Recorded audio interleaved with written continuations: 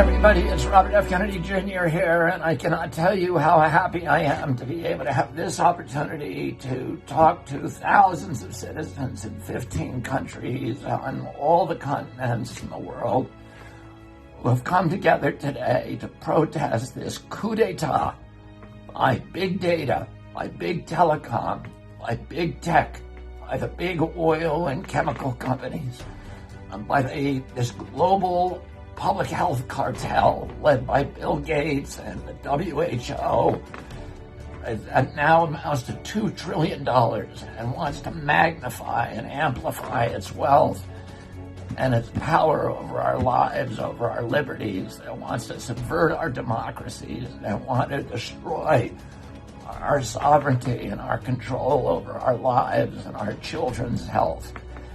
And I want to remind you, those of you who are not Americans, of something that every American child learns when we're growing up in this country about our history. During the Great Depression, Franklin Roosevelt, who was one of the greatest presidents in American history, said to the American people, the only thing that we have to fear is fear itself. And we grow up hearing that, but people don't really understand what it means. But it was a very, very profound warning by Roosevelt, because he saw what the Great Depression was doing in Eastern Europe, in Italy, in Germany, and Spain, where that crisis was turning people towards fascism. In the Eastern countries, where the same crisis was turning citizens and governments towards communism, and also causing the collapse of governments all over the world. And in our country, in the United States, it's hard for people to remember today that almost a third of the people in our country were completely disillusioned with capitalism and wanted to turn to communism, and another third wanted to turn to fascism. And Franklin Roosevelt wanted to preserve our country for democracy, for free market capitalism, for civil rights, and to preserve our Constitution. And he recognized that the weapon of authoritarian control was going to be fear. And when I spoke a few weeks ago in Berlin, I reminded the people of Germany of a very famous story that happened during the Nuremberg trials after World War II, when Hitler's closest lieutenant, the head of the Luftwaffe, Hermann Goering, was asked by one of the prosecutors, how did you get the German people? The German people are the most educated people in the world. They were some of the most tolerant people in the world. The Weimar Republic was one of the strongest democracies in the world. How did you take these people who were so well educated and so awakened and so tolerant and turn them into obedient slaves who committed some of the worst atrocities in human history? And Goering said, oh, that's a simple thing. And any of you can look up his quote, and I urge you to do so. And he said, and it works not just in a fascist government, but it works in a democracy, in a monarchy, in a communist government, in any government that you want. The job of the government is to put the people in fear. And if you can keep them in fear, you can get them to do anything that you want them to do, that they will turn into sheep. And there's a famous book by Naomi Klein that all of us should read called Disaster Capitalism. And that book shows, it's a historical chronology of all of the times during American history and the history of the world during the Great Depression, and during the financial collapse in 2008, and during the financial collapse in Chile, for example, in 1973, during the time of the World Trade Center bombing, that authoritarian elements in a society and large corporations and wealthy plutocrats and oligarchs, wealthy families and individuals, use crises to shift wealth upward, to obliterate the middle classes of those countries, and to clamp down totalitarian controls. And of course, it's an obvious thing that people who are used to voting for their governments are not going to vote for policies that make the rich people richer, that give corporations even more power over their lives, that reduce democracy and reduce civil rights. These are not good vessels for populism. In order to transform the government so that it will reward the rich with even more wealth, the people who want to do that in the large corporations, who want to orchestrate that kind of change, have to get rid of the civil rights. And the first civil right that they begin with is freedom of speech. They need to clamp down censorship, because censorship is the most important right. In our country, we put it number one, the First Amendment of the Constitution, because all the other rights depend on it. If a government can hide what it's doing, it can get away with anything it wants. If a corporation can lie to you and conceal information, if there's no transparency in a democracy, you do not have a democracy. So if you want to get rid of all the other rights, like freedom of assembly, which you are exercising today, some of you are exercising at great threats. Some of you will suffer. Some of you will be jailed. Some of you will suffer injuries. But that is a basic right. The right to freedom of expression, the right to jury trial, the right to freedom of religion, the right to privacy, the right to have governments that don't spy on you and keep your information. All of those other rights can only be subverted if they begin by imposing censorship, by being able to silence people who want to speak. So the coup d'etat that we are all fighting today is a coup d'etat that starts with a conspiracy between the government agencies and the big technology companies, the Silicon Valley billionaires, people like Zuckerberg and Bill Gates, and the people who run Google and Facebook and Pinterest and all of these other Silicon Valley corporations who are now in this conspiracy to make sure that we cannot talk about our grievances. We cannot say bad things about pharmaceutical products. We cannot question government policies that make no sense to us. And I'm going to say a few things about some of those government policies. Number one, I am not a conspiracy theorist. I follow the facts. I don't know that the COVID illness was laboratory generated in Wuhan. There is plenty of evidence that it was, but not enough evidence for me to say that it's a fact. My question is, why don't we know the answer to that? Why is Tony Fauci not being asked that question?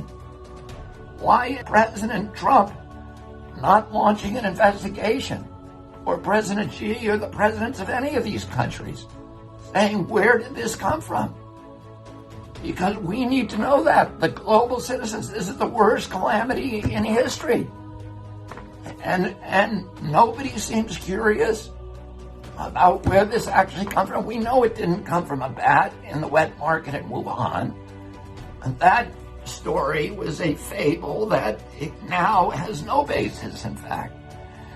And we have Nobel laureates, and we have large institutions and investigative agencies and prosecutorial agencies are saying, we think it came from the Wuhan lab, and we think that it may have come from studies that were funded by Bill Gates and Tony Fauci.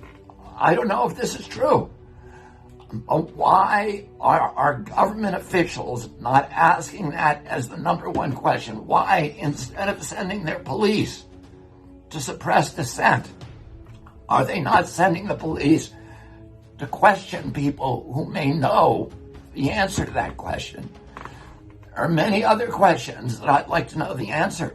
Questions about masks. I'm very willing to accept if the masks work, and I want to wear them. If they're going to protect other people from transmissibility, then I want to wear them. But the studies that I've seen indicate that they do not work against viral transmission for the most part. There's some that say they may work under limited circumstances. What I don't want to be told is they work and you're going to wear them and you better not ask questions about it. Most Americans and most of the people on this planet, we want leadership. We don't want bullying. And we know the difference between bullying and leadership.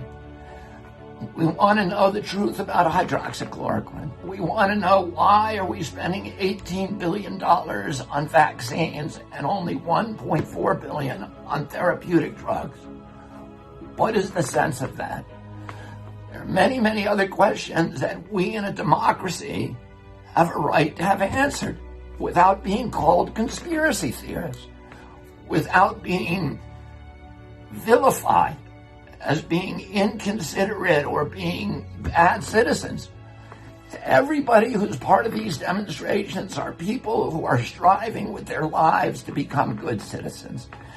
Now, let me tell you what we need to do to win this battle. The only way we can win it is with democracy. We need to fight to get our democracy back, to reclaim our democracy from these villains who are stealing it from us. And you notice the people who are getting richest from this quarantine are the same people who are censoring criticism of the quarantine. Who is becoming the richest? Jeffrey Bezos. $83 billion he's made. And he owns Amazon, and he is censoring books that criticize the quarantine. Zuckerberg, who owns Facebook, who's made tens of billions of dollars by this quarantine. And he is censoring information that is critical of the quarantine. He censors my Instagram. He censors my Facebook.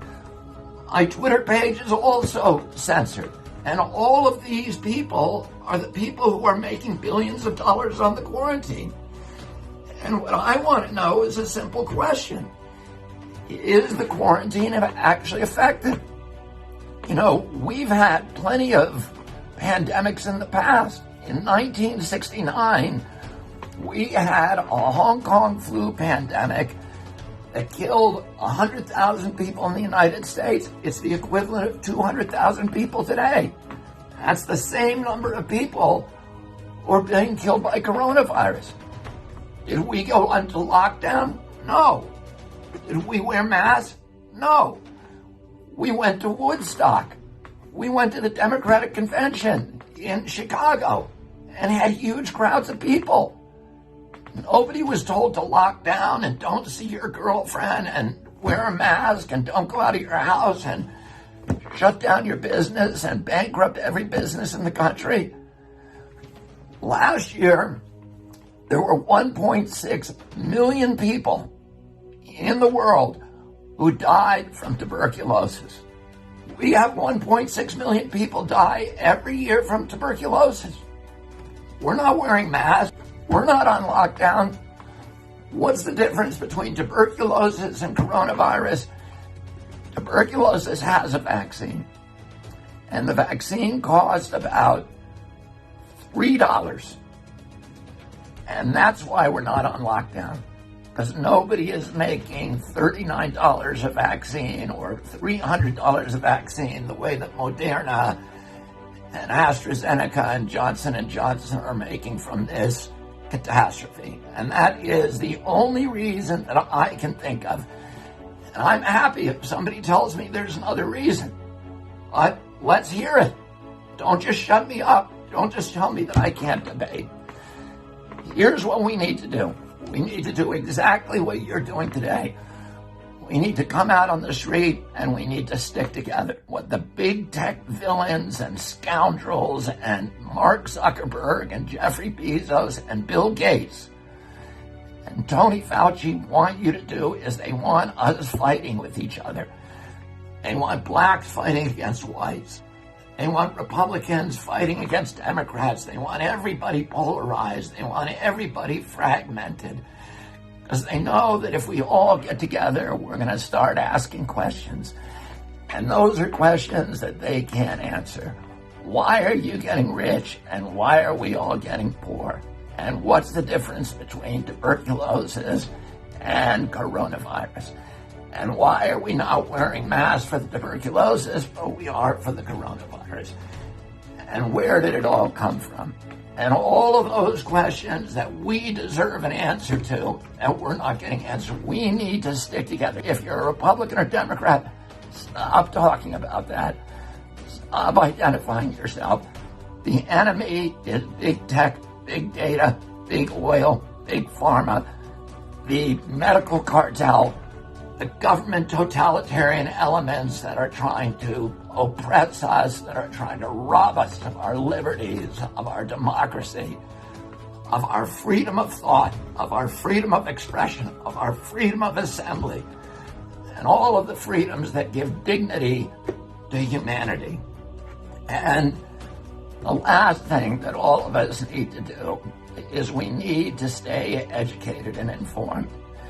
And one of the things that I want to announce to you today is that Children's Health Defense, my organization, with the help of many of you who are in these crowds, is launching a journal, a daily journal, and we are going to weaponize information for you. We're going to tell you what the newest science is. We're going to take all the information that is censored everywhere else, and we're going to reprint it in our publication. And you can get that every day. So if you see something that is censored, we want to hear about it because we want to put it up. We are going to be the enemies of censorship. We are going to be the refuge. And we're going to allow debate. We're going to make sure it's civil debate. We're going to encourage people to be nonpartisan. We're going to allow people to come and have different opinions than us. We are not scared of debate the way pharmaceutical company and Bill Gates and Mark Zuckerberg and Jeffrey Bezos and Tony Fauci are terrified of debate. We welcome debate. We want to hear, if you've got a different opinion than me, I want to hear about it, and I want to see your science. And I want the public to hear us talking about it and debating about it, because the free flow of information, the cauldron of debate, is the only thing that allows governments to develop rational policies in which self-governance will actually work and triumph. You are on the front lines of the most important battle in history, and it is the battle to save democracy and freedom and human liberty and human dignity from this totalitarian cartel that is trying to rob us simultaneously in every nation in the world of the rights that every human being is born with. So thank you for your courage, thank you for your commitment, and thank you for your brotherhood. And I can pledge to you that I will go down dying with my boots on, fighting side by side with all of you to make sure that we return these rights and preserve them for our children. And I will see all of you on the barricades. Thank you.